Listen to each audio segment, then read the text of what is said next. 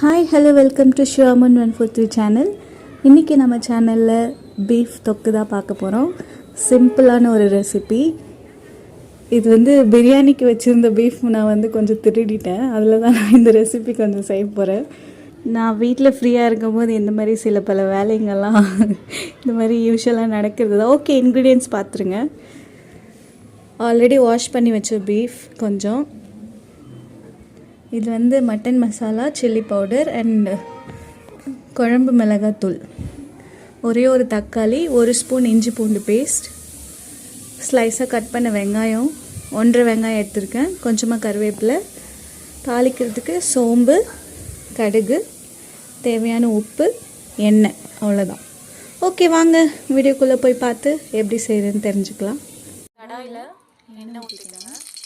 நான் 2 குழிக்கரண்டி எண்ணெய் எடுத்துருக்கேன். 1/2 ஸ்பூன் கடுகு, சோம்பு போட்டு தாளிச்சுக்கணும். பொரிஞ்சிருச்சு. இப்போது நம்ம கட் பண்ணி வச்ச வெங்காயம் ஆட் பண்ணிக்கணும். கருவேப்பிலை கூட சேர்த்து போட்டுக்கணும்.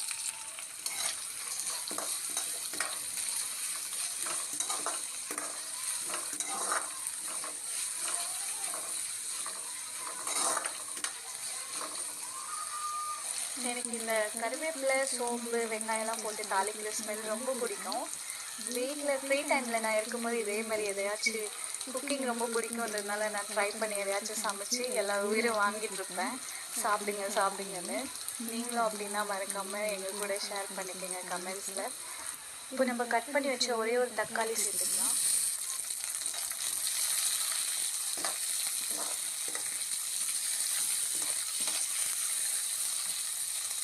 இது கூடவே 1 ஸ்பூன் இஞ்சி பூண்டு பேஸ்ட் சேர்த்துக்கோங்க.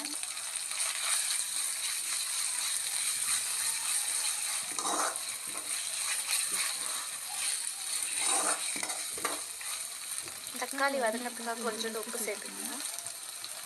கொஞ்சமாக மஞ்சள் தூள்,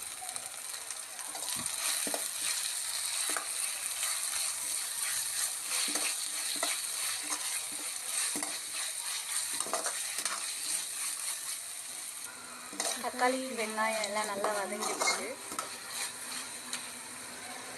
இப்போ நம்ம வாஷ் பண்ணி வச்சுருக்க பீஃப் சேர்த்து நல்லா பெரட்டி விட்டுடலாம்.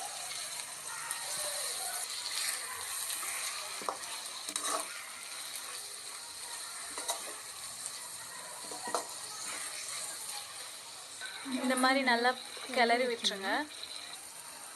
இப்போ நம்ம குழம்பு மிளகாத்தூள், மட்டன் மசாலாலாம் சேர்த்து நல்லா கிளறி விட்டுடலாம். இந்த மாதிரி கிளறி விட்டுருங்க.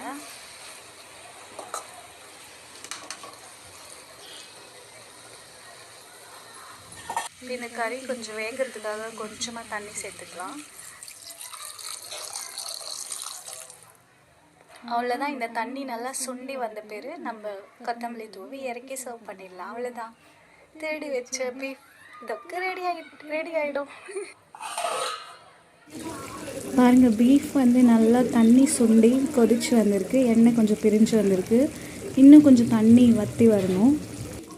உங்களுக்கு இந்த அளவுக்கு கிரேவி ஓகேனா நீங்கள் ஒயிட் ரைஸில் அப்படியே போட்டு கூட சாப்பிட்லாம். பட் எனக்கு இன்னும் கொஞ்சம் தொக்கு மாதிரி வேணுன்றதுனால இன்னும் கொஞ்சம் ஒரு 5 மினிட்ஸ் கொதிக்க விட போகிறேன்.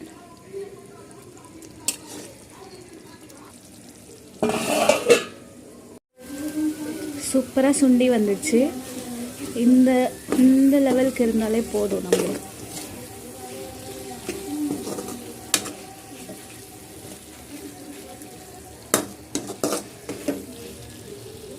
பாருங்கள், சிம்பிளான ஒரு பீஃப் மைல்டான மசாலாவோட வில்லேஜ் ஸ்டைலில் நம்ம பீஃப் தொக்கு ரெடி ஆயிடுச்சு.